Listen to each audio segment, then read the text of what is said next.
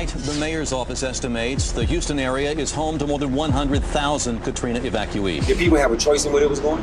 No, you didn't have a choice to choose where you was going at. You just hop on the bus and wherever it stopped at, that's where you at. There really is no way of counting how many victims of Hurricane Katrina have taken up residence, at least temporarily, inside the city of Houston. You had every hotel and motel was filled up with nothing but New Orleans people. I heard that you was protecting the city of Atlanta, basically, after Katrina. Because it was people coming into the city, they was robbing folks and... New Orleans boys, That's right. Tough. They tough. They was trying to extort. They were extorting a few people. They really was doing it. The robbery rate went up? Yeah, of course. You know, anywhere you at in the hungry New Orleans people, that's gonna go up.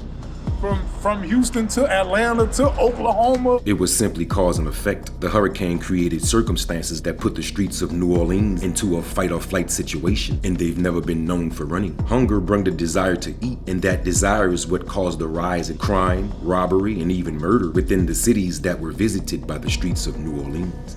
So many people had ended up going to jail dealing with the niggas from Katrina who came down and a few people from Atlanta. It was so many trials and it was probably 20 people that got life sentences. Wow. About this situation. Niggas in New Orleans, you heard me? Niggas in New Orleans just gutter, you heard me? Niggas from other places gutter, but they ain't gutter like New Orleans. See, we showed them that through Katrina. Wherever they put us, we brought them with them, man. Right. Well, it wasn't no disrespect to none of them cats. We both with H-Town, we both with Houston, we both with Dallas, we both with Georgia, we both with Atlanta, all levels, man. We both with them cats, man. But you the position they put us in. The position they put us in, homie. When you look back on it, though, you can understand. I guess you can understand why they were doing what they were doing, because they were just kind of starving and right. Yeah. Really, everybody went to Texas. Majority of the people went to Texas. Houston and Atlanta, off top, New Houston. Houston is a larger city tonight as the welcome mat remains out for Katrina's evacuees. Got my people in here.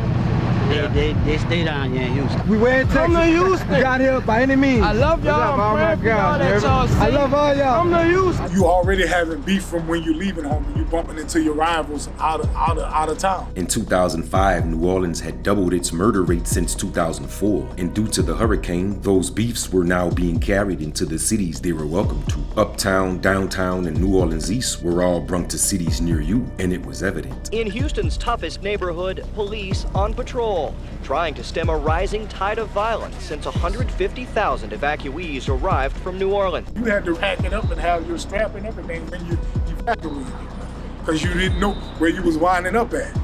I could have easily took the wrong bus and wind up in a different neighborhood with the ops. While Ivory B. Stupid Harris was not the only one causing ruckus in the city of Houston, he was for sure the most notable, a prime example of New Orleans street mentality. He was mentored by some of the city's biggest players, including Soulja Slim, and with that mindset, as well as the motive to revenge Slim's death, the city of Houston would feel his wrath. A killing spree in locations that were not the normal for the average Houston stepper, like on the highway in broad daylight, as well as highly populated areas on more than one occasion. Ivory's story made national news, and after his arrest, the city of Houston could feel the calmness, but the damage had already been done. Understandably, there was a sour taste in the mouths of Houston natives, but not enough to destroy the family structure between H-Town and the NO. Although there was some bad blood, not everybody's experience was the same. Katrina first hit, I went to San Antonio, and from San Antonio, I came back to Houston.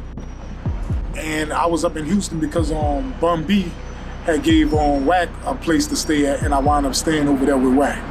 Damn, bro, so okay. Bun B had opened his whole house up to us and everything when we got to Houston.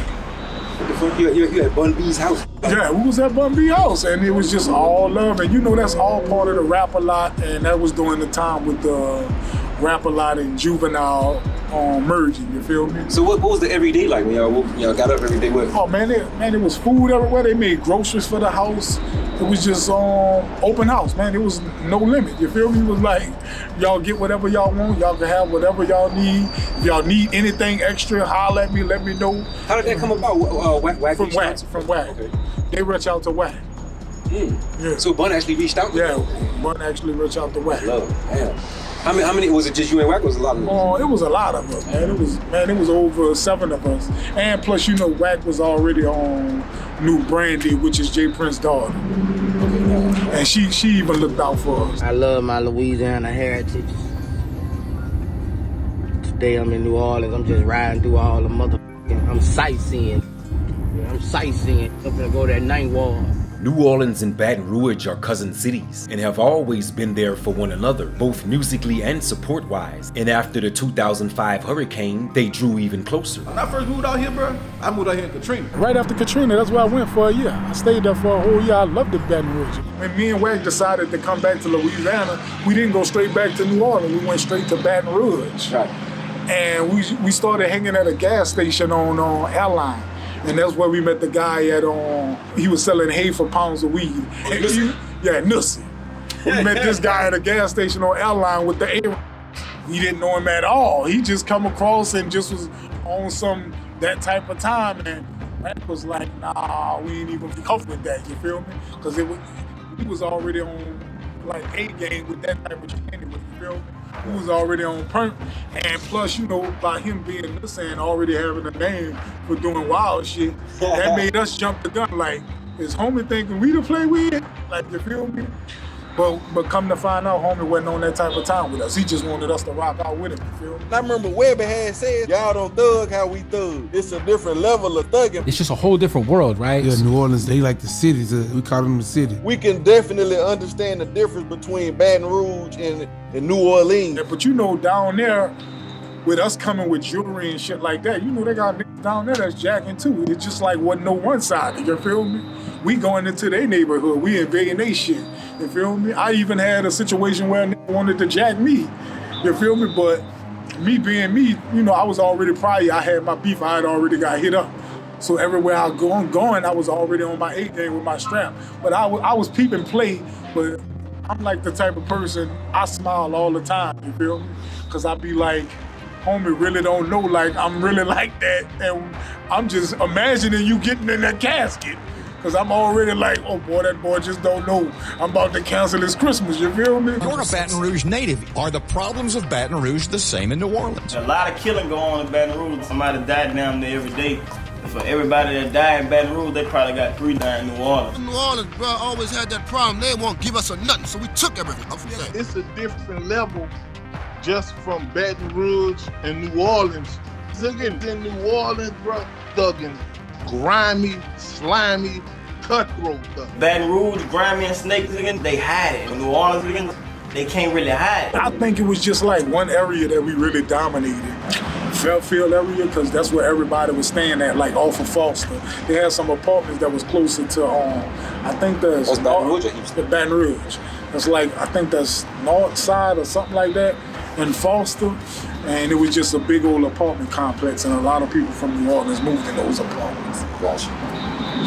And because I remember I used to go over there to shoot dice and all that type of shit. We really like set up and posted up and made it the whole hood. You even had people from downtown.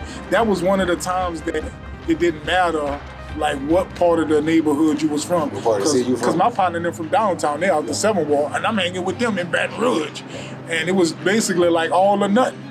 You even had the goons, De Niro and Bonka and all of them in Baton Rouge too, and they from downtown, you feel me? From Master P and C-Loke, Boosie and BG, Boosie and C-Murder, and the entire wave of new school rappers, Baton Rouge and New Orleans have always been open arms for each other. That's one thing I could say Katrina did. Katrina basically took away, like, when you went to another city, it took away like, oh, I'm from this hill hood, you from this hill hood, and we ain't getting along. It was basically like, oh, that's the New Orleans area over there. And that's just like how you came to Atlanta. When we came to Atlanta, MLK and Lori became like, they had a New Orleans section in there. They had a New York section. And they also have the Bluff that was around the corner.